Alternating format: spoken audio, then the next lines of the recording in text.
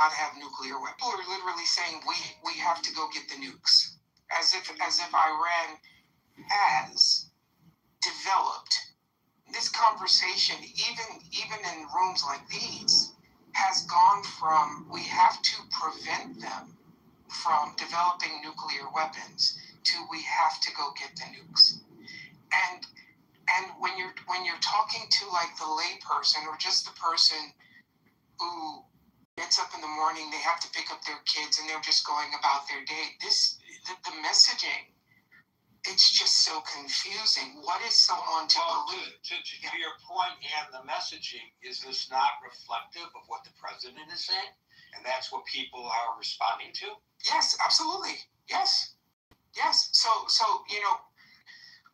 there was this idea, and I like the word you used earlier. I forgot when people come together. I don't remember what it was, but there was this drumbeat that Saddam had weapons of mass destruction. He had used them on his neighbors, which he did, but he was ready to use them again.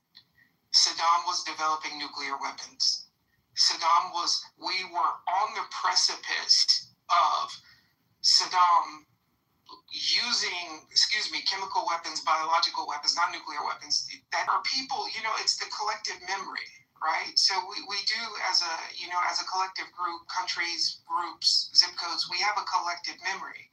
And I know this because I was reading articles, I was watching commentators, and so many people were saying, here we go again. That was the phrase. Here we go again. Iran has nukes. Here we go again. And look at where we are. So now there's this memorandum of understanding that's going to be developed. It sounds like we're going to be using Iran's own money to go back in and develop infrastructure. So what I hear is that American companies are going to go into Iran, help rebuild, make a lot of profit, make a lot of revenue, but back here, Americans are selling plasma to buy dinner. And ultimately, the tipping point is not, this is my opinion, but I think I share, a lot of people share this opinion. The tipping point is not whether or not we got close to being able to do it. The tipping point is if the American economy and the American citizen is a camel, how much weight can you put on the average American's back before his or her legs buckle and they go down to the ground? Ultimately, what are we doing this for? And, my grandfather was in the Army. My dad was in the Army. My nephew is down at Gitmo right now in the Army. Thanks for clarifying that. Yeah. And when people say we need to put boots on the ground, I'm of the opinion, and I'm of the opinion, if you truly believe this, and someone in your family is of fighting age, or you're of fighting age, if you feel this way, are you willing to pick up a rifle? Are you willing to drive your son or daughter down to the recruiting station and put a rifle in their hand? It's very easy to say we need to put people in harm's way when these people are numbers to you or faces on a screen. And the majority of our military comes from lower socioeconomic backgrounds. And the reason many of them join the military is because of the benefits. You get the GI program, pay for your college tuition, all these other things. These people, they might be just names and statistics to many of us, to some of us. But to many of us like me, these are people that have names.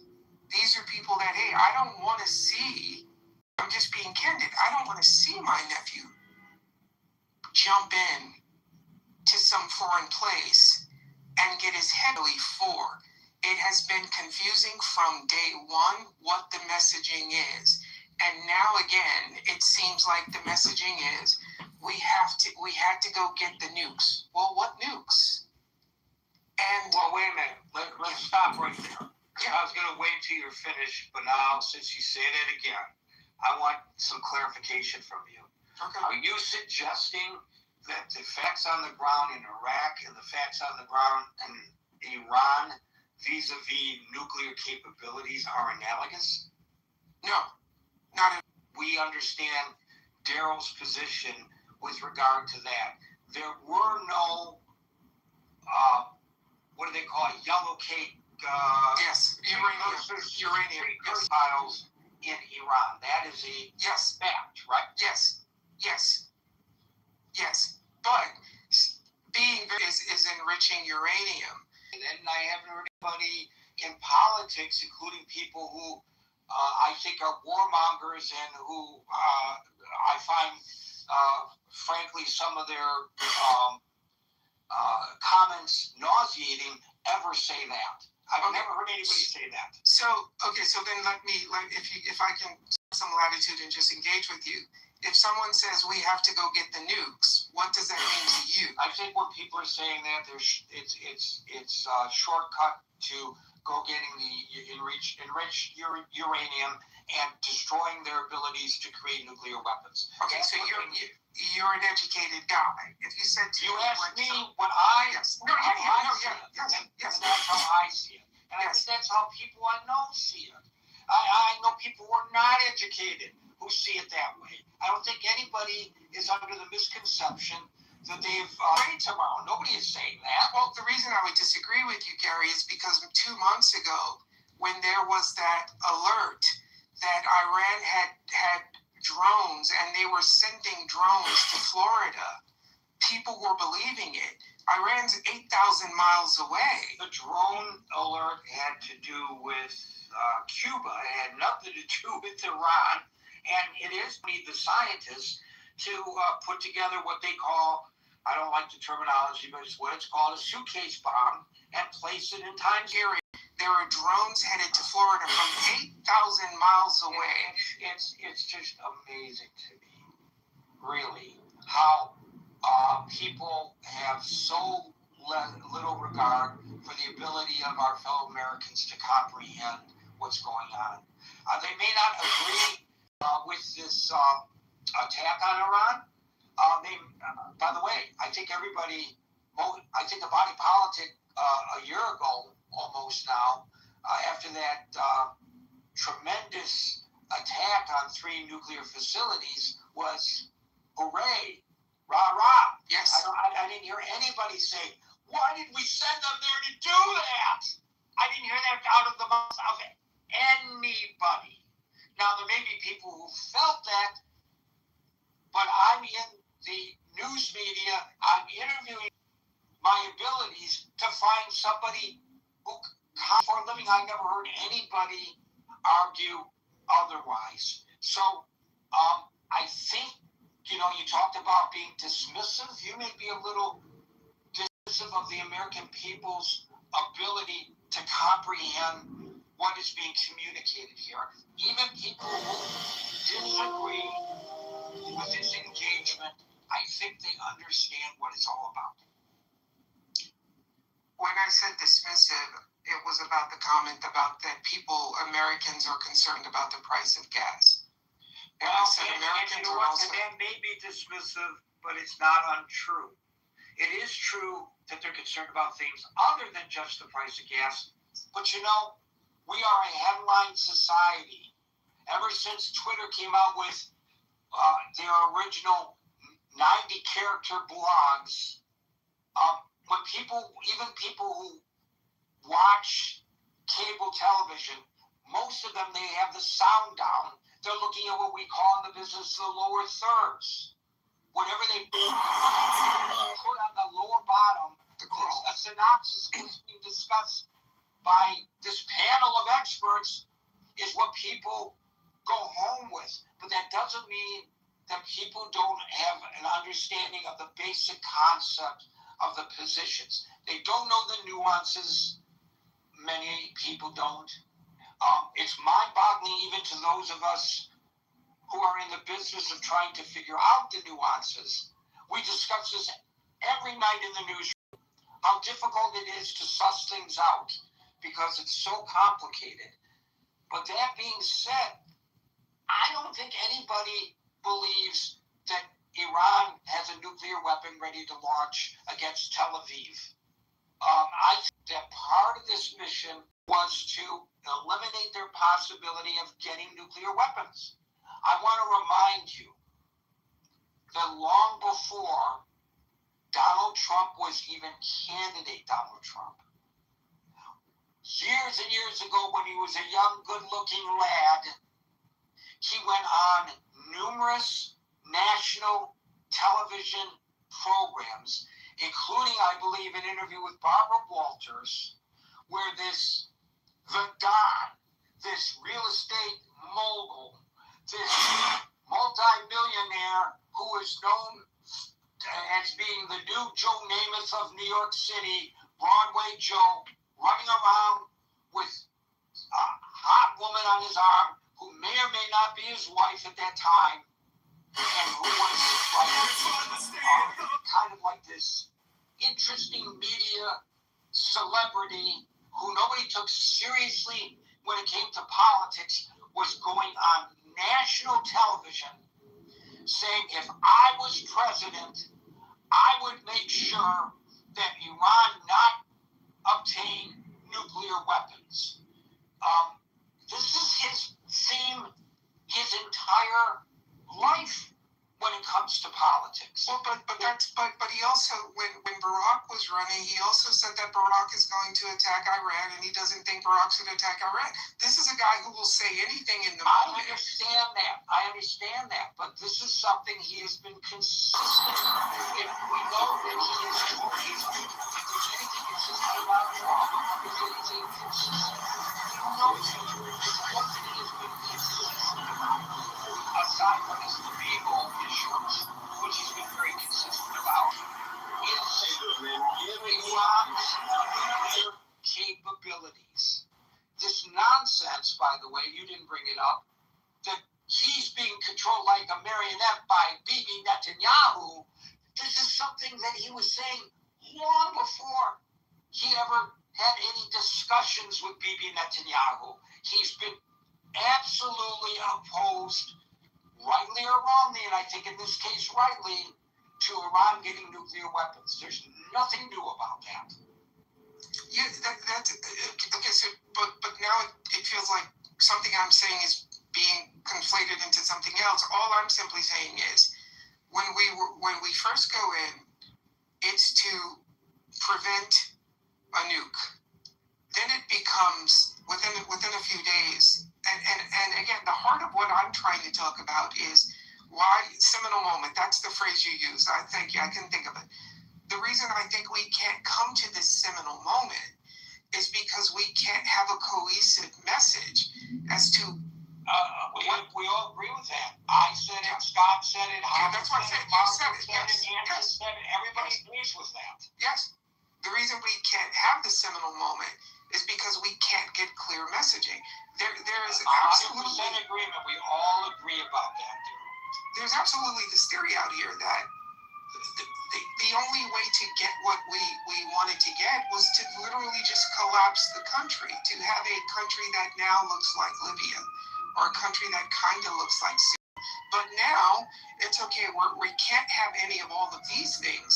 So let's just bring in big business. Let's just spend some money and we'll get it all fixed. Body cam video and other materials from the famous shooting of Chicago police officer Ella French. Shooting happened in August 2020. I'm this private equity guy. I'm all for it's not sustainable. The real reason we went in there is to create stated, which kept getting changed. Here, we have to figure out a way to balance this out, because I'm going back. I'm just going to say again, Americans are selling blood to buy dinner. Right. And this is the not Americans sustainable. have always sold blood to buy dinner, but you're right. There's The no economy is in terrible shape. If you're going to judge by Wall Street, you have to also take a look at Main Street. We all know, those of us who don't have one penny other than maybe our 401s, but we don't have a penny that we are managing ourselves, that we are sitting there saying, buy, sell, buy, sell. Those of us who don't have a penny in the stock market in that regard are aware of what we pay at the pump, are aware of what we pay at the grocery store, are aware of a decision that, maybe I'll do a staycation, are aware of a decision that maybe I'll drive and not fly, maybe I'll camp and not go to a hotel, etc. Maybe I won't go to the restaurant. I know restaurant owners who are really hurting. Not all of them, but it's a very, very competitive field now in general. And by the way, the fast food companies are doing very well. Thank you very much. And the reason is, people would rather eat unhealthy for $1 than get healthy for $20. Yes. I'm saying, and what I'm talking about is like a 10, 15-year trajectory. It's just not sustainable. And I'll wrap with that. But remember, the people who are interested in making money, the big time, to quote Mr. Sanders, Senator Sanders, the oligarchs, they don't care about that. I know. They don't care about that. Thank you, Darryl. And Les, I'll get to you in a second. Alan is now with us. Alan, followed by Len. Good afternoon, guys. Apologize, I got to start doing some paperwork. Hey, if you're doing business, I'm all for it. Political business guy, I'm for. I don't want people to be making money off of my sweat, but you are making money off of your sweat, and we're all for that. We're all with you, Alan. You want me to make you happy? I had one sale at 9:13 for $13. Second sale was a 5 minutes ago, 12:30. So no, it wasn't. I know in Texas you can't afford to turn off the air conditioning, but why don't you just turn the lights off and sit there in the dark? That might be helpful. You can turn then you don't have to run as much air conditioning. Well, in this program you can show the camera. I couldn't show you half of the light at the shop is Hey, this is Jerry. TV, the sound is watching the soccer anyway. But this is all bad. Night, so that makes Tuesday, Wednesday, and Wednesday is Sunday at Carvel, so you get 2 for 1. So every wearing Algerian jerseys, and they got the Algerian flag wrapped around their shoulders and everything, and they walk in and go, "Oh, Messi fans, huh?" Messi killed us in the game last night. Oh my God! My friends thought I was going to get my ass kicked. I thought it was fun. Did you guys know the Iranian player after the goal, he made his hand like a shotgun and was shooting the ground? They dismiss his visa. He cannot come back to U.S. Oh, for God's sake! Listen, and you and I are in accord that we hate this regime in Iran. You've been with me for over 20 years now, more than 25. But then we moved to Clubhouse, and so we've been in accord when it comes to this regime is bad. But when it comes to the sports, let them come and play. No, I don't have no problem with they coming. Why are we harassing that team? Why are we telling them they have to stay in Tijuana? You know what? They probably got a better deal going back to Tijuana because they're right next to a whorehouse. Well, you saw my posting, right? They are next to the whorehouse, and they're not going to get that privilege in Iran for having all them life. This is a lifetime opportunity for them. That's right. But that's not the case. The thing is, Iranian doesn't like this team is because this team, it's nothing other than a child of revolutionary But it guard. doesn't matter because you feel that way. That's what You'll they are. beat them on the pitch, but don't. Well, that's what they do. You saw, I don't know if you saw it or not, but they I mean, I don't think the United States government should be harassing them. That's what I'm saying. No, They no, should be I treated know. with the I same agree with that. respect. They are our visitors, and they should be treated with the same Iranian, respect. they doing the greatest job to boo him in the field, Right, but that's different. That's individuals. and But I'm and just that's saying it. They, But I'm just saying, United the States should sit back. we are a host country, and we should be treating every country that's invited, including a referee who says despicable things in his private life, or coaches despicable things in his private life. 100% agree. They're not coming here to set off bombs, for God's sakes. Let them come and let them enjoy. But Anyways, get back to the topic. How dare you keep talking about it? because I like to, sometimes I have to push your button. I love the way you get excited and then hit the nail harder on the coffin. But the whole thing is, it's every day passes this deal went in. I believe in, the thing I read yesterday. President Trump told the Iranian government on the way, but we didn't understand that. What he meant is he was talking to the regime and the Iranian do it. But the thing is, I still don't understand it, and it doesn't, I just don't understand. But majority of the people, they have acknowledged, they think the war, it was just as bad as the war with Iraq. I wasn't agree with Iraq. The war with Iraq was, as the Daryl says, they said bomb, he's got a nuclear bomb, he's got bomb. But the thing was, he was a grudges. George Bush's son took because we did. We didn't want this war. This was being done. And we know. We made a promise. The working families of our Oh state. yeah, I remember. And he mocked me when I suggested that we mistake going after Saddam Hussein. You don't know. I've been an expert in this field. Blah, blah, blah, blah, He blah. was an expert. He was just his knowledge about the whole thing. They're not showing cultural experts because they're fucking pops arrogant assholes. Exactly, you said it. But that's how it was. But this time, no element was there. But when I was assured, when Mr. Trump says ceasefire in January 17 and 18, and that screwed up everything. And I'm sure, Gerald says, Marshall says many times, we need to look at our benefit. We need to look at, our security, and that's the bottom line is. And there is nothing in it, and I'm afraid we have enemy within, and hopefully we come safe.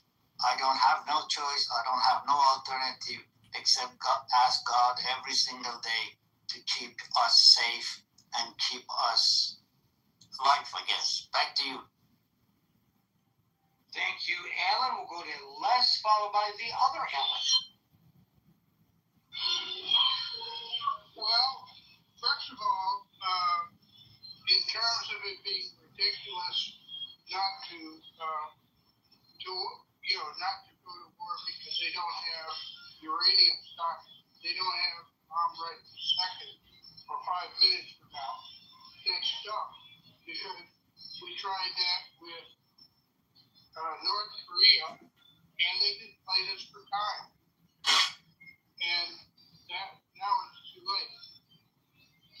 And Iran is, already been very aggressive to its neighbors. You name a country in the region, and it's likely that they're being, in danger because of them.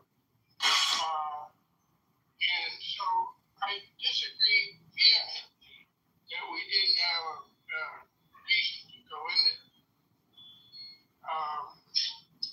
The power of atomic weapons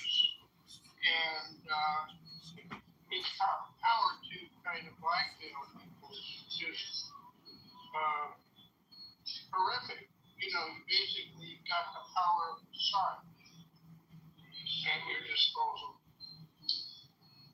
So that's we know that they have had nuclear stockpiles. We knew they were doing it because they wanted to have a bomb, and they still have, a city full of centrifuges to purify the uranium, and those are things we have to factor in. And I simply understand that that's asking a lot. People, but one more thing I was thinking about, darling. Let me think for a second.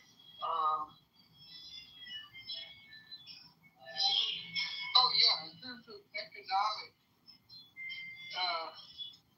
basically starving that worked for in World War I. That's what we did to Germany, and they folded. And then, you can't just say, you can say that the top people are, they're going to hang on to the last moment. But to keep society, a nasty society like that going, that's the government. You need to have collaborators. You need to have soldiers and, people that keep the other people under control. And that takes money, and if they are starving, and they know there's an alternative, sanctions are starvation, etc., is a way of getting people to fold. When I say starvation, I don't think we should be, trying to hurt civilians. I think we should be trying to keep them from basically paying their collaborators. Thank you. Thank you, Les. I have breaking news, and I don't know exactly what this means beyond what I'm going to tell you. Breaking news, Trump officially signs the Iran agreement. I don't know where he was when he signed it. Was he in France before he got onto Air Force One? It was digital, Gary. No, the digital signing was earlier. I just got a notification of digital signing. So there's been a second digital signing? I think you're getting a report of the same thing. I mean, it's very confusing. But anyway, I thought there was a digital signing over the weekend. No, I just got a notification of digital signing just now, right around the time that you announced it, maybe like half an hour before. And now he signed it again. And I don't know whether that means Vance goes to Switzerland on Friday or not. Who knows what the hell's going on? This is what I was saying earlier, have a little faith, a little understanding of what people in these newsrooms are going through. I'm telling you, honest to God, literally, even on the overnight shift, I could put a story in brand new in my hourly rundown and change it before the anchor gets to it to read it because something has happened on the ground or something the president said that changes what we just put into the show. It's mind-boggling what's going on right now with regard to the news. We don't even know what we're reporting. I mean, we're reporting the facts, but we can't even take the time to put it into context. It's very, very difficult. Well, Gary, to be honest with you, to achieve what they want to do is to keep me and you and everybody else on this stage of confusion. Isn't there a song about that? Thank you, Alan. Thanks for your interjection there, Norm. Thank you, Les, for your input. We'll now go to the other Alan, followed by the aforementioned Norm. So, Gary, I hate to add more complexity to this, but I already got a headache, Alan. I already got a headache. Be gentle. The other day, after I was on, one of your people on stage made a big deal about getting rid of all of the nukes. And I was quite frustrated because that's a terrible oversimplification. And I kind of align myself with what Daryl was saying, but I would like to add a caveat, which is, as I understand the JCPOA, it allowed Iran to have nuclear material for medical purposes, for potentially nuclear power. I think that when we say all nukes are bad, them having all nukes are bad, we are really putting them into the priority. It's like saying all sugar is bad. No, refined white sugar may be bad for us, but a human can't survive without natural forms of sugar. So it is incredibly stupid to oversimplify the issue of nukes. And so I wish that in your media situation specifically, when you talk about the nukes, we should go back to this part of the JCPOA that allowed them to have it for modern purposes such as power and medicine. Thank you. And to the question of what do people think when they say they don't have the right to have nukes, I think anybody suggests that they shouldn't have it for power or medicinal reasons. Oh, I disagree with you, because I think the guy who was on after me the other day used the word nukes and did not define it that way. And so I think that for a lot of these people, the JCPOA. So from now on, are you suggesting that when somebody says Iran shouldn't have nukes, I have to ask each caller what they mean by that specifically? I think everybody recognizes what people mean by that. Well, I'm not so sure. Maybe you don't have to always do that, but maybe you should say, what about for nuclear power or for medicine? Because I think a lot of these people don't think about that. I don't think they don't think about it because that's not what they're thinking about when they say that they ought not to have nukes. But they're not suggesting that that people who have cancer ought not to get radiation treatment in Iran. No, I'm not sure that I agree with you. I could be wrong. You know that general. But have you ever heard somebody say that? I have heard people refer to nukes the way that people refer to sugar. People think all sugar is bad. All sugar is not bad. Sugar is part of the human condition. It may well be that don't any of your stage members, but I don't think most people understand that some amount of nuclear material needs to be allowed for medical and for power purposes. They say if Iran has one iota, whatever it is, nuclear materials, it is wrong, and I think that's unfortunate.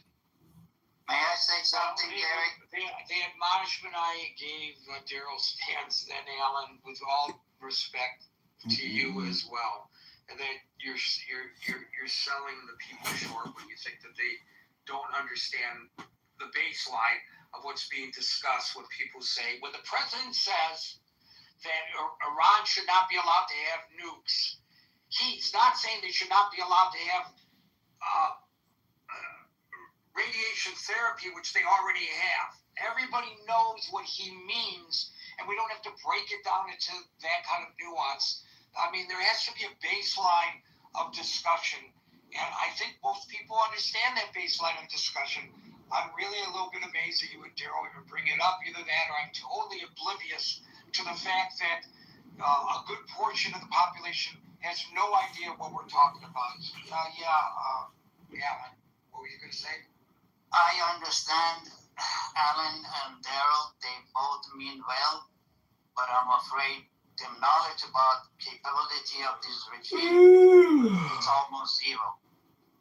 The government goes to the hospital and shoot the doctor because they were treating these demonstrators, they're not going to sit down and emphasize on the nuclear power facility to help cancer people and the medical and so forth and so on. Since Obama signed that treaty with Iran, Iran had plenty time to build a nuclear facility to help the electricity. Tehran, the capital city, in last 2 years, they have 3 hours electricity in a day. Come on, guys. When they said nuclear power, that means nuclear bomb. Prior to the JCPOA being ripped up, do you think that they had built any nuclear bombs? Yes, they built Natanz after they signed that treaty. So you're maintaining that they violated the treaty. Exactly, sir. And let me add this point. That they did that in spite of the fact that we had international monitoring. So you don't trust the international monitoring as well. I don't, because they gave it 2 weeks to go. 2 weeks they gave it to this nasty government. They gave it 2 weeks notice before they go and inspect. What are you talking about? They just have monitors in fact, Alan. That's the problem. So you think that we are better off to have ripped up the JCPOA, which was the starting point, than where we are today? Is that fair? Yes, it is fair. It is fair because 120,000 people so far got killed by this regime. You think this regime has a mercy on you? I doubt it. It wasn't. It never was. It was meant for me and you to think it's a starting point. But for Iran was another win because they built three nuclear facility under the ground, and Natanz is the most. So that happened before we theoretically went into this stupid war. There is no perfect solution, and I appreciate dialoguing with you. But Iran is not going to give up everything without. I mean, I think the JCPOA. I have yet to be convinced that it was this horrible deal and worthy of being ripped up. And so I think the point I'm trying to get to is you can't talk about what happened after the JCPOA was ripped up. You can't say they had nuclear weapons after the JCPOA was ripped up because we didn't abide by it. We don't know where we ripped it up. That was why we ripped it up, Alan. Okay, so we can have a discussion about the JCPOA. And there are going to be people who think that it was a great starting point, and other people who think that it was because of the sunset clause on it, it was worthless. But I think the point that Alan, the moderator, is saying to Alan, the caller, is that anytime there's any agreement with Iran or its proxy for any kind of stand down, it is used by Iran and its proxies to rebuild and reconstitute whatever military or terroristic assets that they have. And so I think you can argue, even if one were to agree with Alan, the caller's point, that the JCPOA, as the president at the time, Obama said, or as he says in retrospect, we got to where we got without entering a war, and now we're back to having to enter a war to get back to where we got with the JCPOA. There may be some validity to that argument, but the fact still remains that Iran cannot be trusted to abide by any agreement that is reached. And there is intel today to suggest that even if they say, sure, come in and take the nuclear dust, which we haven't even gotten to that point, there are other facilities in that vast mountainous range that have yet to be detected that are already in operation enriching uranium. That is the issue, I think, that Alan, the moderator, is trying to allude to. So, Alan, the caller, hold on a second. Alan, the moderator, tell me if that's a concise recitation of the position you're trying to make. Exactly. You said it a lot better than I do because your ability to speak is 100% more than me. But I go with Alan, our spokesman did a minute ago. I understand his point, but we are not dealing with the legitimate government. We're not dealing with the government. There is a shredded truth to them. They are bound to. I was going to say, if you believe that, and I believe that too. I shouldn't say if you believe that. I said let's assume what you said is true. It seems like the current agreement, the proposed agreement, is even worse because we spent all of this money back in 2014 or 2012, whenever we did the JCPOA. We spent all of these millions and millions and billions of suitcases of dollars, and now we're going to spend them all over again and give them even more resources. So even if I accept your point, which I do, how are we better off with this current agreement than we were with the JCPOA? I never said we are better off. We are 10 times worse. Did you hear what I said? When President Trump says to Iranian help is on the way, he meant help to the regime. But we as an Iranian, I as an Iranian born, an American citizen, didn't understand. 80 million Iranian, they did not understand. He meant he was talking to regime. They thought they talking to them. 120,000 people dead. It is not the number they can forget. They're not giving up. That's the main thing, is they are not giving up. They saying it every day. They say we go in the street, we die, but we will not. I heard you say that, but I still maintain that if the JCPOA was not perfect, nobody is arguing that, but there is a tendency for people who are Trump lovers to draw in very straight black and white lines, and unfortunately this is a complex situation, and I appreciate you acknowledging that we're worse off with the agreement now than we were before the JCPOA, so thank you. Thank you both, and to Alan, the moderator, if you think my English is good, wait to hear my Farsi. Just kidding. El Normo, followed by Brian.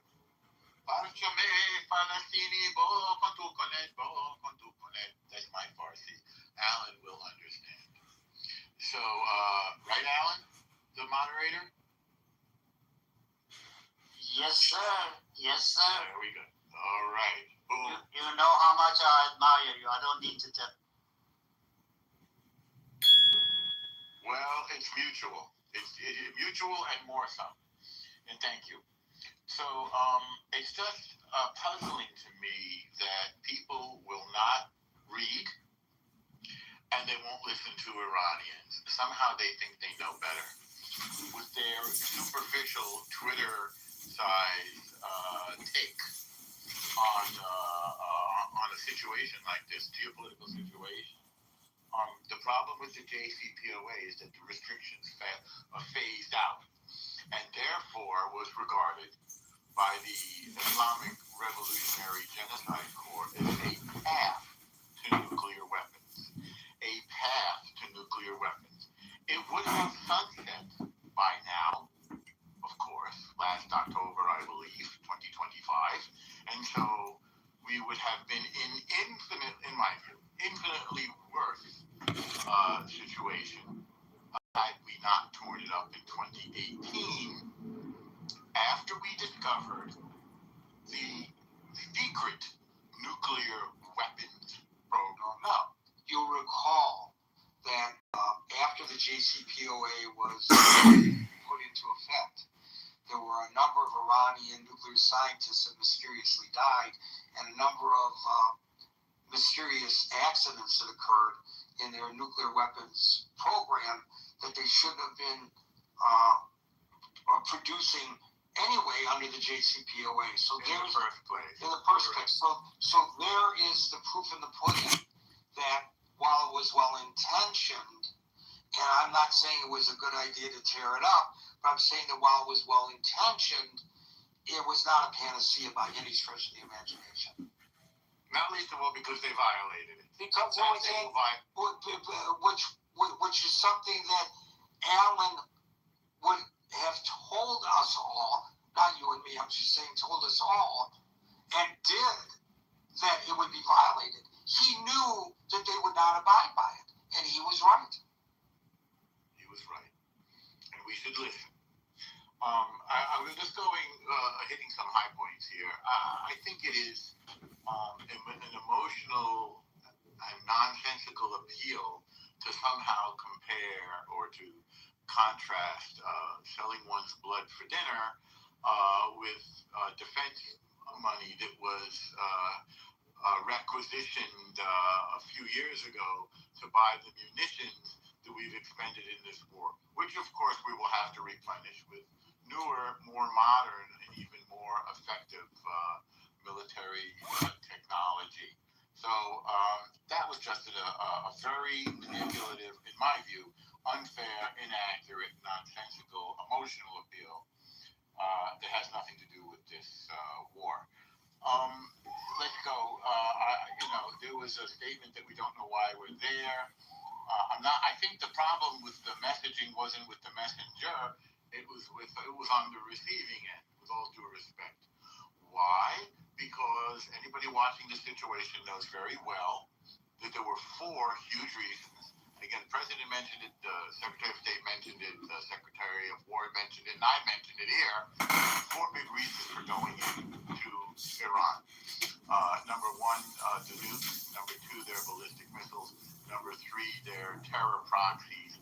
And number 4, their horrific slaughter of their own people. And it is baffling to me that people cannot seem to muster any enthusiasm for the beautiful and cultured and Western-leading and educated and enlightened Iranian people to be free. For some reason, they just don't count. I don't get it. On the subject of civilian nuclear use or nuclear material that was just mentioned, forgive me, patently false, because they were, nobody cares if they enrich to 6%, which is what you need for civilian use. The problem is when they enrich to 60%, which keeps them, which has no civilian use and puts them within arm's reach of a nuclear weapon, which they were continuing to develop, and which they could put on a ballistic missile and deliver to Europe for now and soon enough to the United States. You'll remember when our President Barack Obama left office, he said the number 1 problem was North Korea. The reason why is because of its nuclear ability. Well, this country, we've compared them to Nazis, the Islamic Revolutionary Genocide Corps, not the good people of the country. They're even worse in some ways than North Korea, certainly, because they are expansionist and imperialist, and they want to kill everybody that doesn't worship like that. I don't think the North Koreans want to kill people that don't worship Kim Jong-il. So I mentioned that they had secret nuclear sites before we tore up the agreement. This is confirmed by the IAEA, the International Atomic Energy Agency, and the IRGC did not let them in to inspect them. There was a mention that people don't want their good family to go into war. I understand that. Many of our parents, grandparents, siblings served this country nobly. Some didn't come back.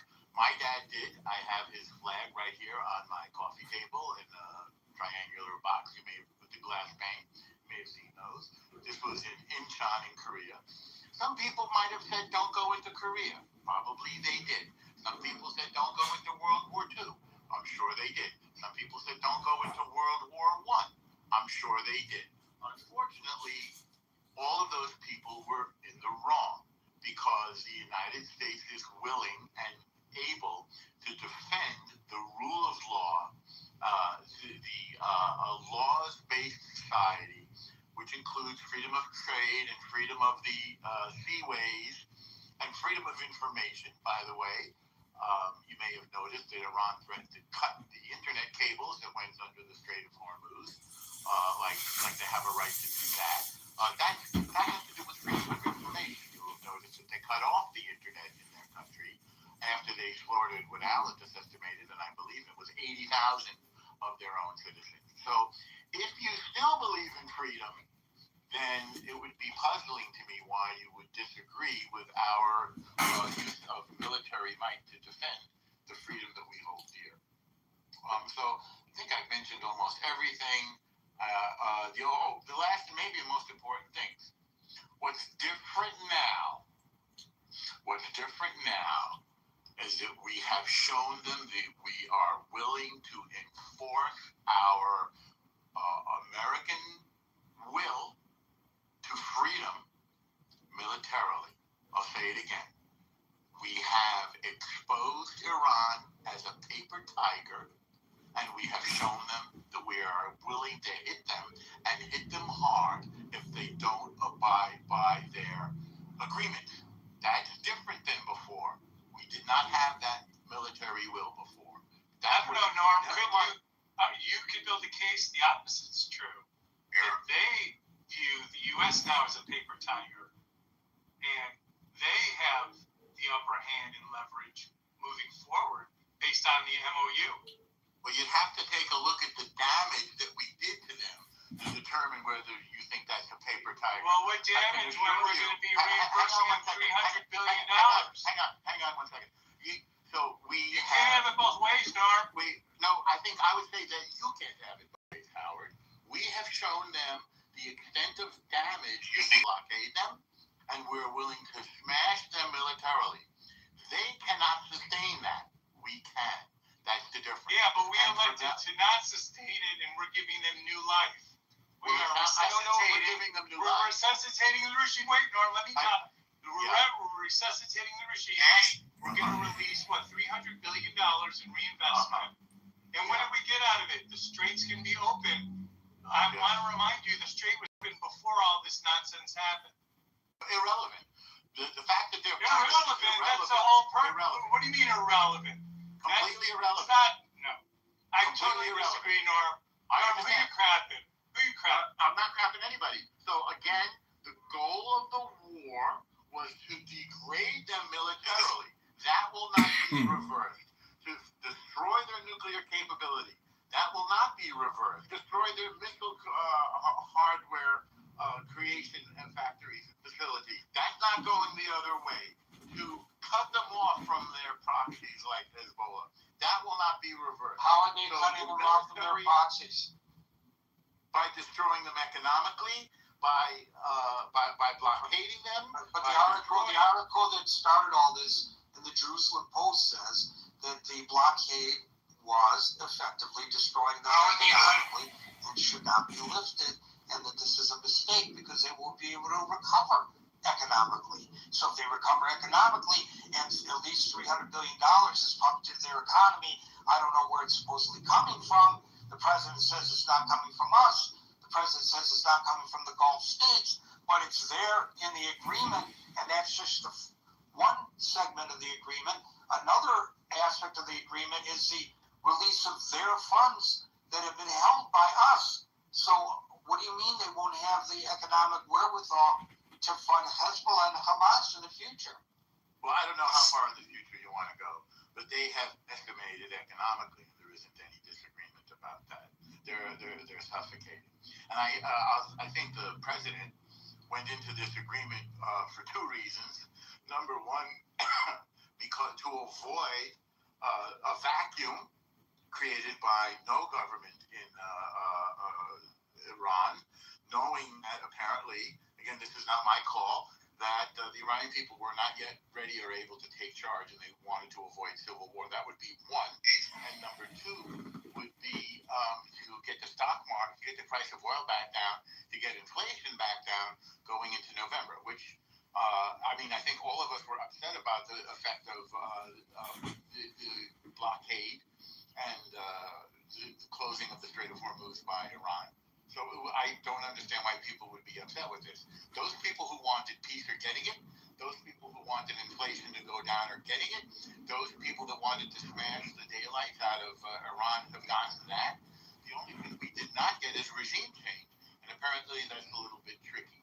Now, I respect Captain Anson on his view, but this wasn't only a military operation, it was also diplomatic. Norm, you've argued on the stage before. Regime change happened in the beginning. Now you're saying there wasn't regime change? I'm confused. Well, when I said the regime, I mean, I don't know if you want to dispute what I said or you want to agree with me. No, I'm confused. Please clarify. Was there regime change or was there not regime change? You have demonstrated your confusion. Do you want to agree or disagree? No, he's asking you to clarify, Norm. Come on. Yes. Okay. So obviously it was a theocracy before, led by a particularly destructive regime leader named Khomeini.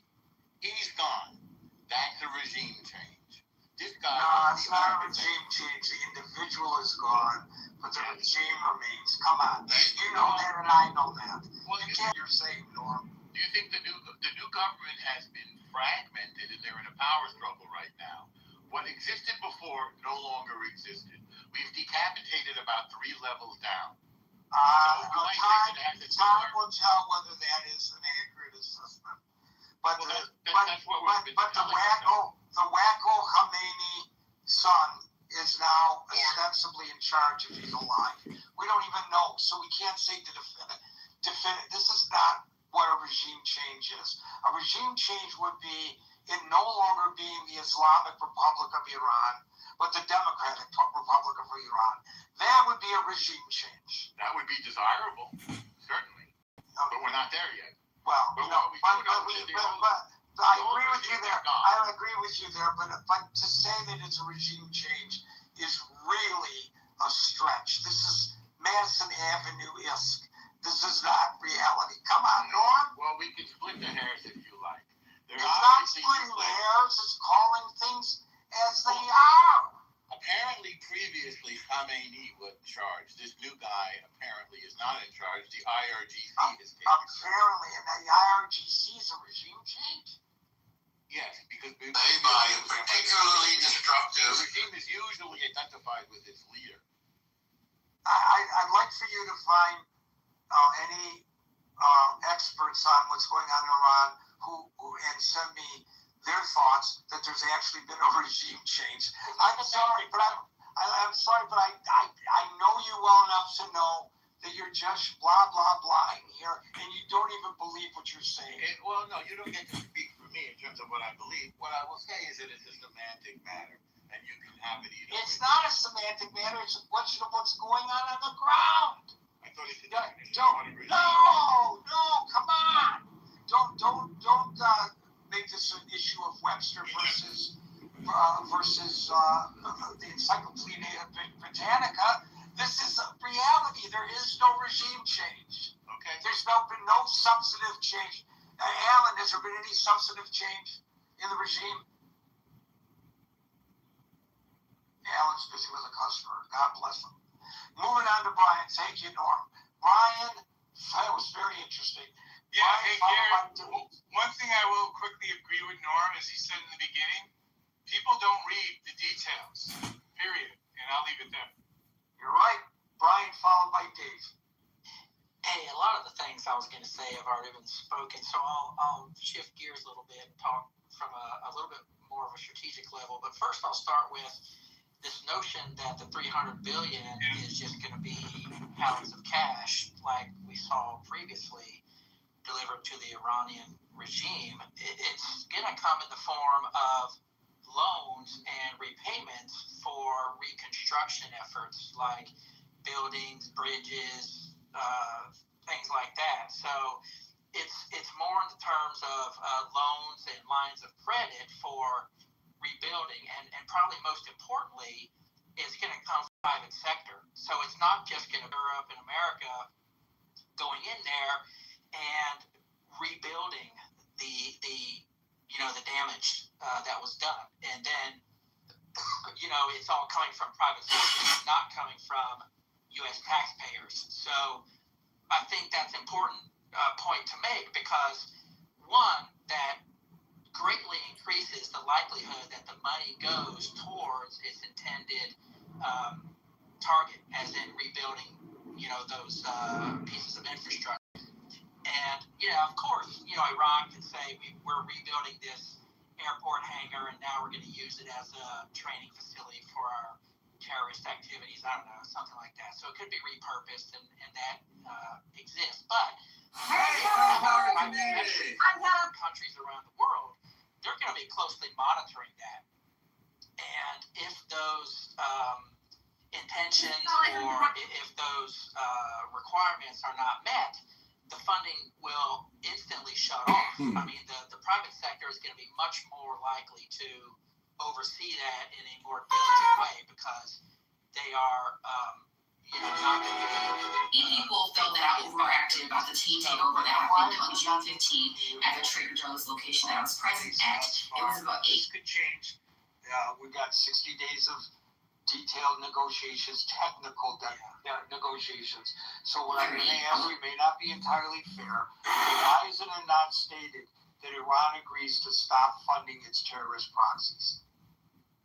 Well, that's probably a separate matter. And what I've been reading is that there are other security measures in place. So I don't think it's limited to just rebuilding roads and bridges and buildings and things like that. There will be multiple components to hold them accountable, and there will be much stricter oversight than we saw in the JCPOA, which I think, had some good intentions, had some good pieces. But doesn't that require them to be cooperative, because they were supposed to be under the JCPOA cooperative, but the IAEA says they were not?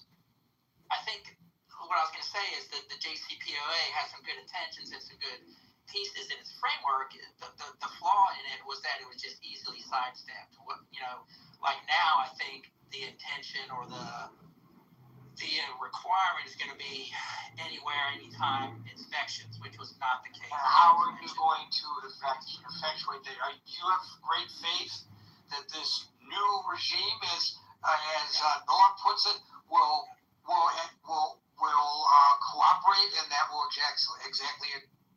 No, I think there's zero chance that Iran will follow through on their commitments, regardless of what they are. They are not driven by economics, concern for their people, even concern for their own lives. I think they're very happy to be martyrs for the cause of their radical religious beliefs. And, what happened over the past couple months was inevitable. With the way they are ideologically and religiously driven, somebody had to step up, whether it was, Trump or Obama or whoever's the next president, the next couple of presidents. The only way this is going to end is if the regime completely collapses. And I think really, from a strategic perspective, what Trump did, and I'll speak to some of the other things I was going to mention, was I think he's done a lot of good strategic things that have created short-term pain, but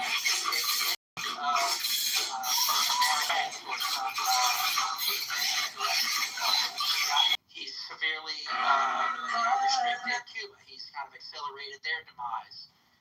He's isolated Iran from China. China came out and basically chose the U.S. over Iran. They chose not to get involved. Yeah, they used the long-term strategic relationship and trade deal with the United States more than they value Iran, even though the oil that was provided to China by Iran, was substantial. I think like 10 to 12, 14%, something like that. So Trump has chosen to take short-term pain, doing what had to be done with these countries that were adversarial and, pains in our asses in the international community for decades, and positioned us to benefit. We are the beneficiaries in terms of what we are producing as far as oil, natural gas. I mean, Europe now sees what Trump predicted with Russia invading Ukraine, with what's happening in the Middle East.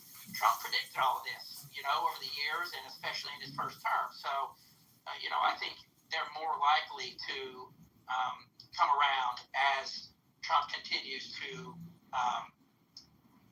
continues in this direction. So, his goal was to fundamentally change things in the United States government. And even though Doge didn't accomplish all the things it set out to do, I think at worst it highlighted the massive amounts of spending that were going out to these bullshit causes. At worst, it allowed the United States to present information without the executive's ability to classify it, because Doge got rid of Adobe Professional. They cost more than they made. Their entire point was to save money, and they literally, as a department, cost more money to fund by the federal government than they did less. They didn't do their job. I don't understand why Republicans cite that. It is a failure on our part. We put a 19-year-old in charge of Social Security, and then it had a breach. Right? Really, really bad ideas. Marshall, I don't mean to go off topic, but to support that example, what's happening with the screw worm down in Texas is another example. We cut $15 million, and it's going to cost us way more now to fix it. Absolutely. And you can track the cutting back to Doge. And the problem with Doge in the first place was these people didn't have any context for who they were firing and what they were getting rid of. Not to mention the fact that they fired thousands of people that then had to be rehired, given back pay, and some sort of legal compensation because the federal government wrongly let them go. Right? They were not worth it. And I'm a Republican, but I don't understand the praising of Doge in any way, shape, or form. They were worthless. They were beyond worthless. Well, I think the counter argument to that is that Trump is shifting the center of gravity away from the government. He's pushing more of the economy into the private sector and taking it out of the hands of the public sector.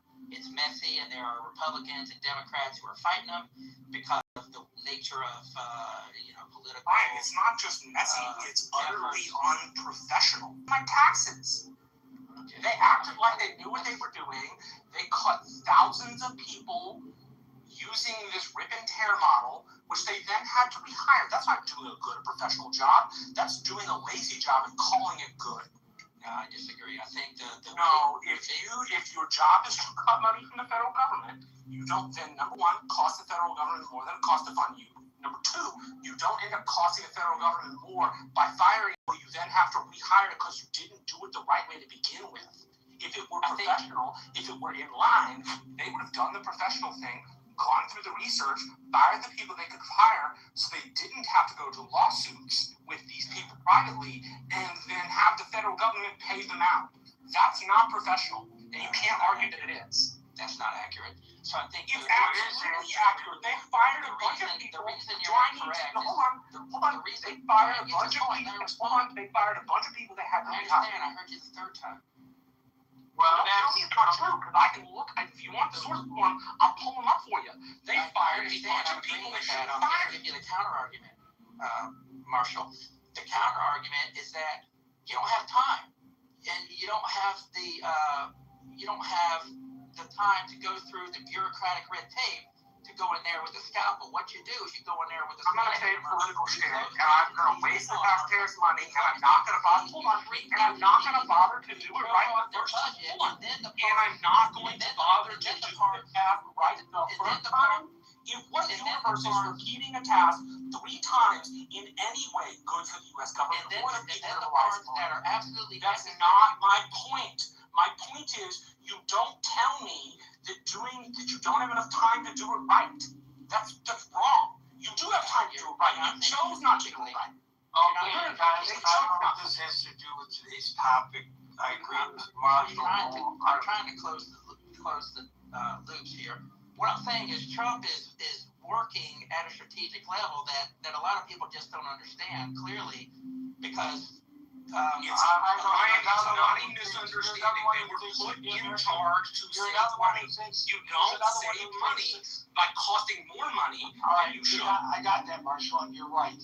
So we have another one who believes that the American public doesn't understand what we actually see in front of us, and we thank him for explaining it to us. I cut it off because it's 6:55. We only have 5 minutes left, and we have 1, 2, 3, 4 people in queue. Dave, and maybe followed by David and the others. Dave. This topic we must look from top down, not go for the final detail at a very low level, because that doesn't change the world. The whole idea is today's topic is very critical. It's not just domestic, it's about global, right? That's why we talk about, and unfortunately we went down to a little detail, but anyway, we go back to the global part. So what have Trump achieved since the beginning of the war, right? So when Trump started this war, a lot of European leaders were very unhappy they were not involved. But after recent G7 meeting now, right? So this is no longer the same. That G7 and other a total of 40 nations are come together, that they're going to help in either by contributing to Navy ship, clear the mine, or somehow financially contributing. So this is a united front. This is no longer US, Israel. This is a united 40 nation after the G7.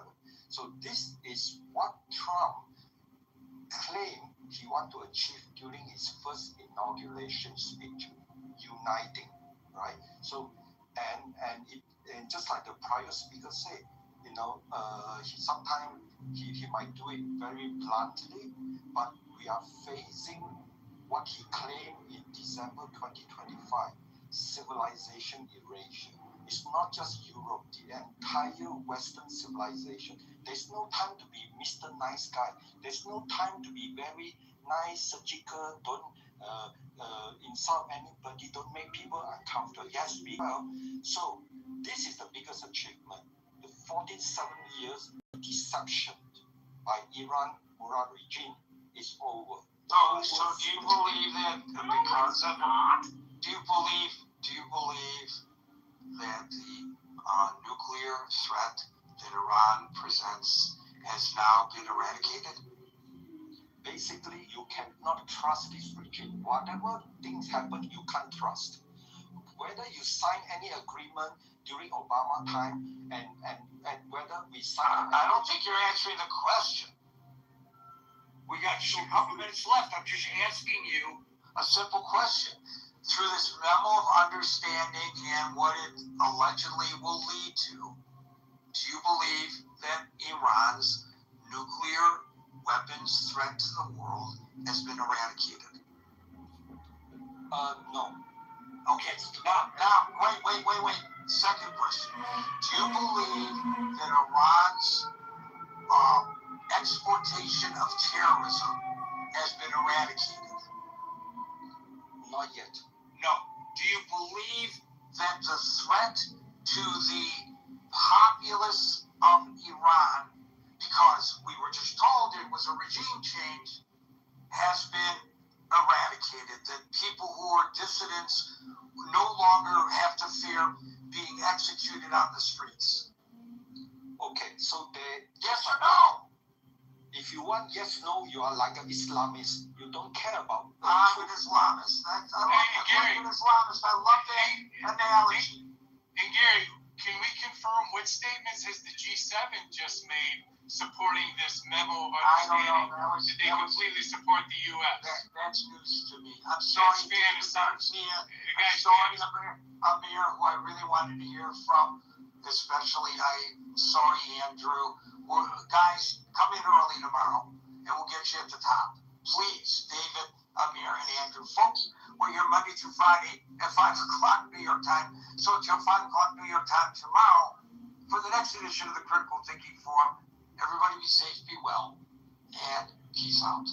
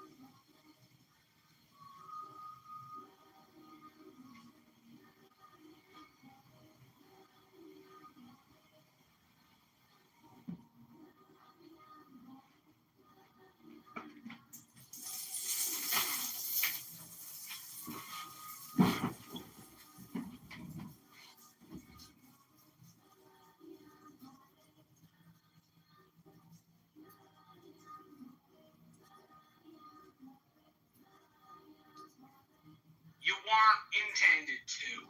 If we paid attention, we'd realize power comes in numbers. And numbers only come when you put in the work to do the shit that matters in the first place.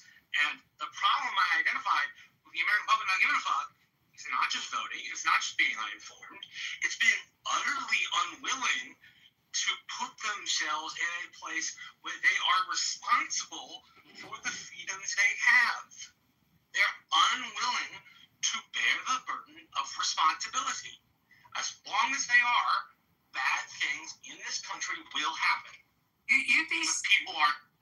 Sorry, go ahead. I was just going to say, you'd be surprised, Florida, how much individual people get quoted by legislators after they come with their issues or their reason why a law needs to be enacted or a law needs to not be on the books anymore. You'd really be surprised. And if you spend time around these legislators, they do listen to their constituents. It is important to them. And you do, and I definitely start on the local level. I mean, I go to Washington now, but and there's many people that I meet with I haven't written checks to. I definitely haven't written checks to, but I go and I meet with them and I ask for their time. I mean, you get 20 minutes. Sometimes you get them, sometimes you get staff. And that's on the federal level, but on the state level, I mean, something just happened with my county commission that pissed me off. And I put a call into, and then I put a call into the guy, and then I got his number, and I sent him my city council on a few occasions, under public, during the period of time when the public can speak. It's, you get on the agenda. I mean, suggesting Florida, like, again, you and I disagree on a lot of stuff, but you're actually pretty persuasive, and you have a lot of opinions. I mean, I'm correct. No, I don't think you're correct all the time, but I think you have an audience in your legislators and on your state level. They care more about your checks than they Now on the local state, mine's a little state, so it's easy to access people on in state elections. What is driving you crazy that state? I mean, if you had kids, I don't know if you have kids, and your kids were in a school and with a school district, and you go to those school board hearings. I mean, a lot of parents do that. For some people, that's the first place is at the school board. Yeah, and to be fair, I thought it was fucked up when I heard that the Biden administration and a lot of the Democrat-leaning school districts and politicians were like deeming these parents to be like quote-unquote domestic terrorists in one extent or another. But I don't think that. I just don't think we're going about this right. This is why I really support. Number one, we've talked about it before, Abby, the more stringent campaign finance laws, number one. And then number two, changing the voting system entirely to allow for choice voting, so to speak, where number one, people would have to be more clearly labeled when they're donating, or organizations would have to be more clearly labeled when they're donating, and it would take the dark money out of politics and also large money by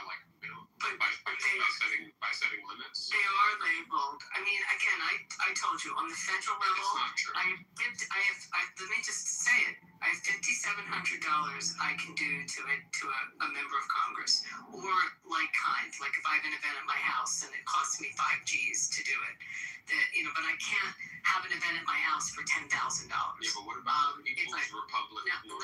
She can't give money. I'm trying to tell you. You can't give to a class. State parties. No, they cannot. Super PACs go donate to parties. It have to be around. No, they can't. It's illegal. That's the civic issue. No, Florida, if you don't believe me, pull any NBC report from any member of Congress or the Senate and tell me where. Oh, God. I know, what a bitch. I'm gonna text him right now. Hold on. Let me text him. You're a bitch. I'm gonna send it right now. This is not what federal law says. You just said, I don't know. I just lame. I don't know what he's doing. He doesn't want to listen.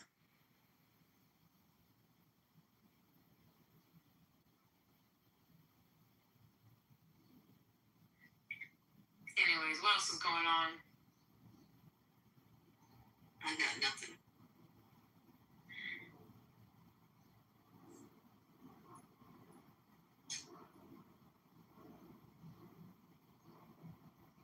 I'm fixing to come back. Stop being a little punk. He does that. He runs out of, and on this particular subject, because I came with hard facts on it every time on who can go into super PACs, how super PACs are disclosed. Every single time he tries to say that foreign governments, and I try to tell him it's illegal and PACs can't take it if they're political, and he runs out. Marshall, you've seen him do that. It's annoying. I'm like, that's just not what it says. Like, look at a campaign finance report. Right? This is the approach that people they can go to NBC and pick out any campaign finance report from any member of Congress or senator in the country, from any political action group, from any coalition committee, and they don't. Because they're too fucking lazy to do anything about their fucking beliefs. It infuriates me. It's about. But this is him on this subject. He will go running every time.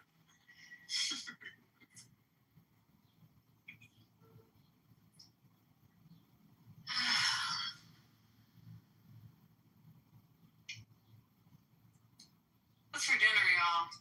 What's for dinner? I'm feeding the dog right now, so it's chow, and I'm giving him this pumpkin stuff that you're supposed to give your dogs. Someone talked me into it.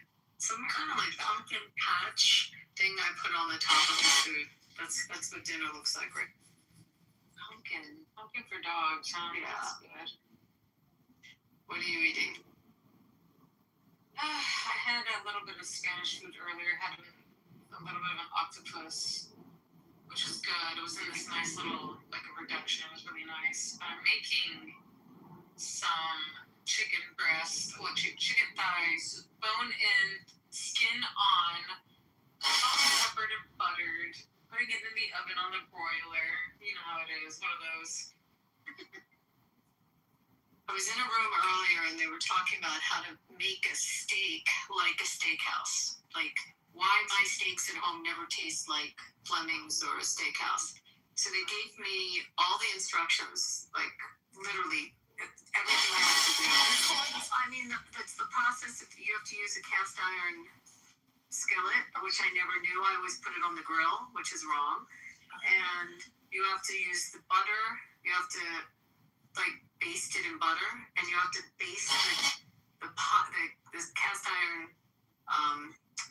pan in butter as well. I mean, so they went through this whole thing, 1.5 minutes on each side, and then put it in the oven. I never did any of this. No, I just stick it on the grill. Yeah, So, I think I'm having butter at the end, depending on what kind, but not all through. Like at the end, I'll put some depending on what kind of cut it is. they said to baste it while you're on the skillet, and they said you have to make sure that the other thing they said is use the kosher salt, and you have Try that motherfucker. But I do not. My steaks. I don't eat steak. I cook usually for my man. So we get a ribeye, maybe about like 1.25 inches to 1.1 inches. You know, in that area of thickness. A cute marbleization. But I literally put on a cast iron skillet, sear it. I sear it like hot sear. You gotta hear that shit. And then I lower the heat. I cover it. And then I raise the heat, I flip it, sear it. I cover it, and I lower the heat. I don't have to put it in the oven. And That's interesting. Yeah, lower the heat just a bit, cover with the lid. I mean, I'm so lazy. I have a big grill in my backyard, so I just like delicious stuff. What? Yeah, but it's not the same. It never tastes like a steakhouse, right? So You're right. trying to replicate. There's one video that was done by Gordon Ramsay, that cooks a perfect steak on a grill. You should check it out. Let me find it for you. And you're not supposed to put the sauce on until after, right? So Right, no, yeah. no marinating. Actually, I think there's no marination. There's no marination. There's no marinating. There's no sauce. There's no nothing like that. It's just salt, pepper, butter. Apparently, you know what I'm saying? They do the steak seasoning I put on top of it too. You do put steak seasoning on? She said rosemary and I forget what the other spice was, and garlic, I guess, in the butter when you're basting it. What kind of, you put like stuff you buy that says steak seasoning? Yeah, it's Mrs. Dash steak seasoning. Yeah. Oh, I found the one that's on a cast iron scale with Gordon Ramsay. Let me put that in my shot. This is the one that I learned off of, and every time someone talks about how do you make a steak, people even talk about this video. Put it in the chat. Y'all check it out. It was done about, 18 years ago. It was posted 18 years ago. Wow, it doesn't change, man. Doesn't change. Hey, Bryson. Everyone dries us here. Let's get it started. Is that How did the game go yesterday? It's about it always. Yeah, it keeps iterating, keeps getting better. I want to tell you about a small victory I had, or a small defeat, depending on how you look at it. My friend told me a while ago, and I'm taking this to my heart, that if you go more than 2 days without going to the gym, you're in a rut. So I've been trying to stay consistent, and it's been a few days, so I feel like I'm in a rut, and then I was like, all right, I'm going to force myself, I'm going to the gym. And then I get to the gym, and they have a sign on the door that says, we're installing yoga equipment, we'll reopen tomorrow. So I should you don't need a gym to work out. That's true. You do calisthenics at home. Stop playing. Yeah, right. You're absolutely right. You're right. So don't do that to yourself. I don't even want to say I've got one in my house and I never use it. I'm just saying. Pilates reformer, that's it. One of my friends has one of those mirrors. You know what I'm talking about? The mirrors that like reflect on you and shit. Oh, what's that called? The magic, like that mirror. Okay. Yes. What is it called? I don't know what it's called. It talks to you, right? It talks to you. Yes. It checks your posture and everything. Like you're off to the left. Please censor yourself. Like shit like that. Like what the fuck?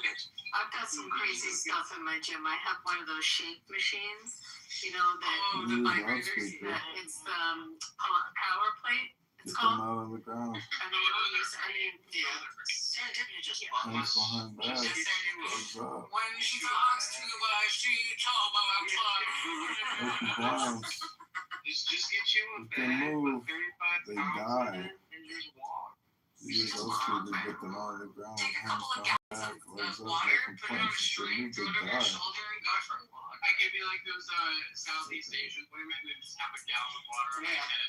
Exactly. Do you know what the temperature is outside if I want to go walking right now? It's probably 106, 105. Yeah, it's 72 degrees. Yeah, I can't go walking. 62. No. You gotta do this in the morning, like 4 a.m. Yeah, this is like a morning or a late evening jog, like a 7 to 9 p.m. We may get down to 100 if I'm lucky. But where are you, Arizona? no, I'm in Nevada. It's hot.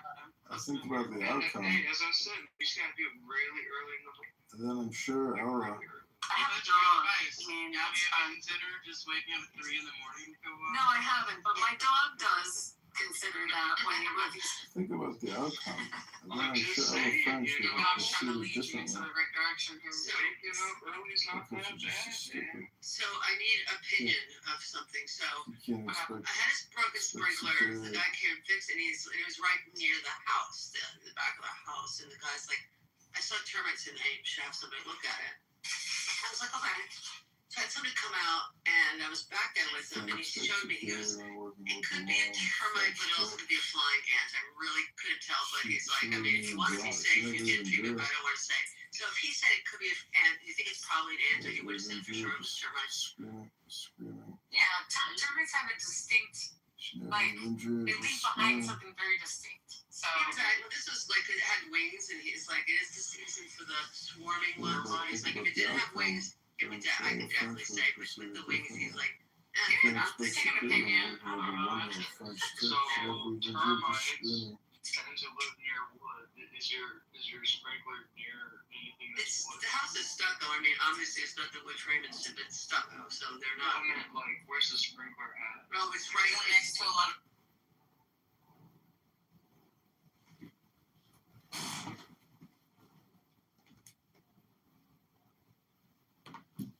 No, I can't come back with in my Anon. Here we are. Hey, I'm back, everybody! a lantern fire. Hey! Dark areas and lots of wood. Yeah, no, it's nothing like that. So, yeah, so I'd go with ants, personally. Personally, but I'm not sure. Get a second opinion though. I don't know where I know. Don't take my opinion who's been bit by a shit ton of ants, you know, and been in, like, really interesting areas. Do you live in a termite, like an area that has termites? Because not all.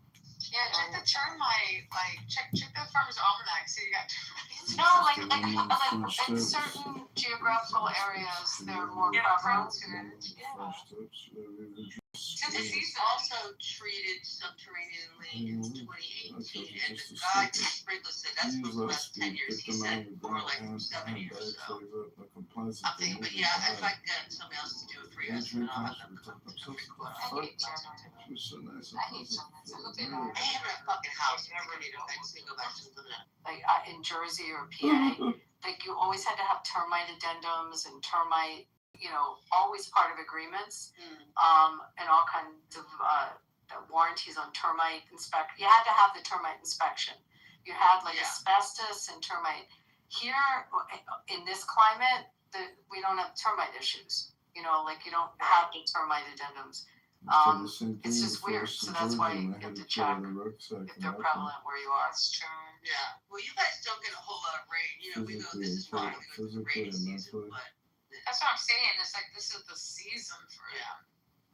Check. Have you checked on Reddit? I hate to say this. I know it's dumb. I've gone Reddit for a lot of stuff and found good information. So yeah, go to Reddit and see if Florida's having a termite situation. See if there's an abundance. And I think I'm going to take, there's an app called iNaturalist. iNaturalist, yeah. Yes. So I'm going to dig in there and try to take some pictures and see what they say. I do that for New York City. They have a little bit, and they show you where all the rooftop beehives are. New York beehives? Yeah, we have rooftop beehives. They make their own honey and everything. They sell it. Such different bugs here. We have scorpions. That's a big issue here. Scorpions. I think I've heard two, but I've never seen one. But they're awful. Allegedly. The baby ones are the bad ones. I saw a baby lizard inside the screen. The lizards are good. The lizards will eat I them. love lizards. When they get inside the screen there, they can get back out. They'll find his way back out. But I trip water down the screen and they usually drink it. So I'll see if he stirs. But they get pretty big in Florida, though. Lizards get huge in Florida. Yeah, these ones don't get that big. He's a little baby too. He's a tiny, tiny little baby. I'm gonna give him some water, see if he stirs. Yeah, little. I love lizards. I definitely don't love them. It scares the hell out of me. This cat. So a few days ago, I have a stray cat that is my cat now. So a few days ago, my neighbor's like, the cat has a mouse in his mouth outside. And I was like, but I didn't see the message right away. And by the time I got up, I don't know where he was. So, well, today he threw up. And what do I see inside the throw up but like some gray fur? I'm like, you ate that fucking mouse. It serves you right. That's why you're throwing up. I say you're vomiting because that mouse probably ate something terrible. Yeah. Now you eat a mouse. But you know what? I think it's this nice little gift that they try to bring you, and you weren't there for it. They're so proud. They're so proud. My dog brought a full bunny into. I was like sitting on the floor in my bedroom, and he's a lab, so he's totally like chases bunnies all the time, and he finally had victory and got a bunny. But the bunny, there was no blood. The bunny's eyes were wide open. The bunny had It was a gentle gnaw. Well, no, the bunny had a heart attack. The bunnies, because bunnies die of heart attacks, like of shock. Get anxiety, right? Right, anxiety. So I didn't believe my dog. He's only 2 hours. Never killed anything. Nothing. This cat he's brought mice before. It's been a while. So I thought he had stopped, but apparently he just didn't find I it. feel bad because my Chinese You support abortions, you supposedly win in Vegas, you hate Trump. Why for you? Just 2 weeks before the holidays last year, the Department He's brought mice before. of Education abruptly discontinued 2 vital federal grants sustaining. Cats used to kill squirrels, and I'd walk out in the Hello? morning in high school and see a decapitated squirrel. Oh no! That squirrel probably deserved it. I actually hate squirrels. I love squirrels. This was back In Boston, right? yeah. But you don't have it now. Do you have Boston? He's from Boston. Do you don't have do you have squirrels where you are now? In California. It's too hot. They're like, fuck this. They went along with Lewis and Clark. That's what happened. They just kept going. They had a little backpack and they said, fuck it, let's go right past this. There's a better joke in there somewhere. Shut your ass up, Alan. Ain't no joke better than the ones we told. Oh, I'm sorry. Yes, I always do this. You're very nice. And they'll drink, and there was one that last year that was here for like a weekend when I dripped them to go running to it. Oh yeah, you're not trying to kill me. You're giving me water. Don't just get stuck in the spider webs back here though. There's a The squirrel. spiders. Huh? There's a squirrel here with a purple tail that's trying to kill me. Oh, he's not trying to kill you. Yes, he's trying to kill me. Stop that. Every fucking time I try to walk by it, I know the purple tail every fucking time. It runs past me to the point where, like, it's always in front of, like, a step. It runs in front of me in front of a step. And so I'm like, I, like, jumble my steps, bro. It's trying to kill me. Just checking. I don't like squirrels. He's like, I fucking can't stand the squirrel. because I say nice things about squirrels. Not doing it. It's because I live in the neighborhood. It's these fucking gay ass squirrels. You're a gay squirrel. They hate me because I'm straight. They call me fish and they fucking distort me. Wait, Meryl. They're gay and they called you a fish? Yes.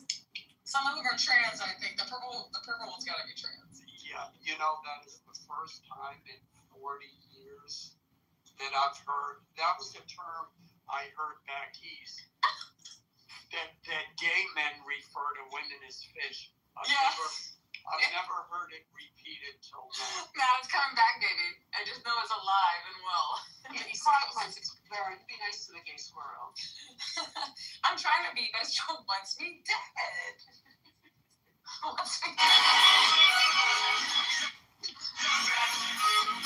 There's one episode of The Simpsons where Grandpa Simpson is sitting Bart down on the couch and he says, Bart, I have a good story to tell you. He says, well, actually it isn't so good, but it is long. I bring that up for no reason.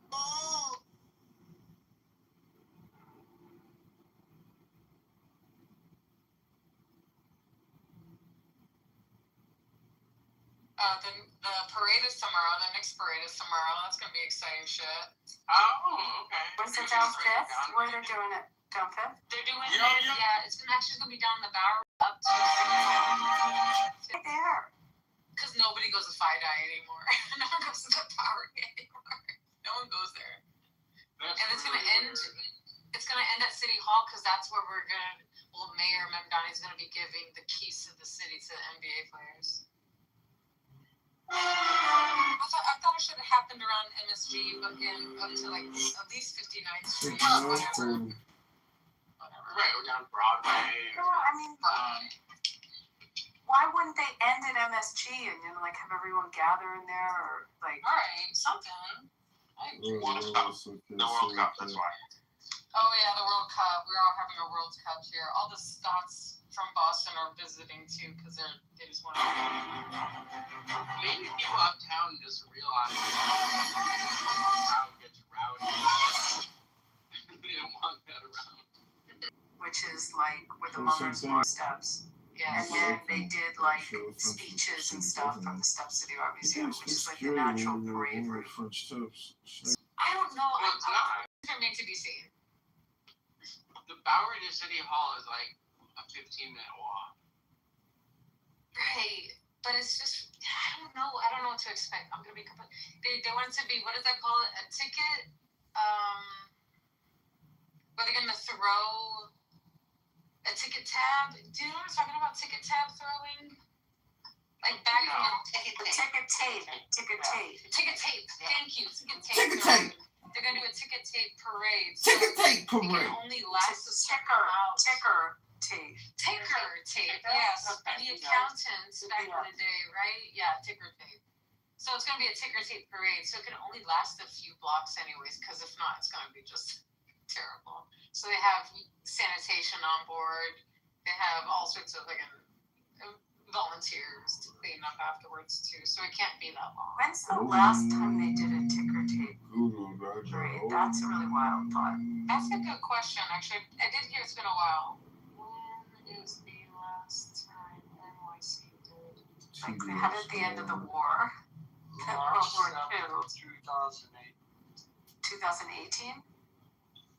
No, I just. Oh, you make that up. I mean, I'm thinking of like Kennedy in a ticker tape parade. 1973, when the Knicks won the championship. It was the last ticker tape. Wow. So they're gonna do it again because the Knicks won again. Wow, I like that. Okay, I still don't understand what An acid attack in ticker tape parade. It's throwing paper. It's There was throwing paper, paper. It's a lot. So back in the day when accountants used to do like a lot of small receipts that didn't mean anything at the end of like during a parade, since accountants were usually at like in like these really tall buildings, they would throw whatever paper they had out the window for celebration. That became like a thing called ticker tape parade. And So now, that's kind of close. I mean, I just gave you the gist of it. It's fucking long-ass thing. I'm not gonna go into the long ass thing either. Ticker tape is what it used to have. As they had when they had the stock market, everybody had a ticker machine, and the ticker machine would run out a tape, and it would have all of the stocks on it. That's how they got the stock reports before we had the internets. And they had a lot of paper around, and they had all those torn up ticker tapes, and they'd throw them out the window. Which is the longest game is. The only difference with stockbrokers and accountants. That's the only difference between what Do they tend to have those Thing parades? I said with a little more like A three words. little more accurate, like it was from the I stock mean, a market, little not more from accountants. detailed. I was still accurate. Keep telling yourself that. I mean, I'm still accurate. She painted the picture. There's extra tape that they threw out the windows. Thank you. Yeah. That's it. Parades have been down in the financial district and like Wall Street area, based on what if it came out of the stock tickers, and not uptown. Just saying. But a lot of liberty. So where did that happen? Okay, that would have been down in the financial area. There you go. Well, Battery Okay. Park. Yeah. Why do I kind of remember one? Did they do one for like astronauts or like something in New York, like not non-sports? Yeah, when the first two astronauts went up and landed safely, I think they had one. Who was the first one not to land? Buzz Neil Armstrong? No, that's the Buzz Aldrin, but Buzz. No, I'm talking about the Mercury program. Alan Shepard. So when he came back, I think he got into the same. But then Gus Grissom, he was the second. He didn't get one. No, he wasn't the second. I forget. By the time he came back, there were no. Derisive, is Smithers on The Simpsons your favorite character? I asked that for no particular reason. Smithers. Do you remember Smithers when Lisa was helping Smithers with something on his computer, and then Lisa opened his computer, And the first image that pops out is an icon, an image of Mr. Burns dancing, and it says, "Hey, Smithers, you really turned me on." Oh yeah. Or he has the fantasy that Mr. Burns is Marilyn Monroe singing "Happy Birthday to You."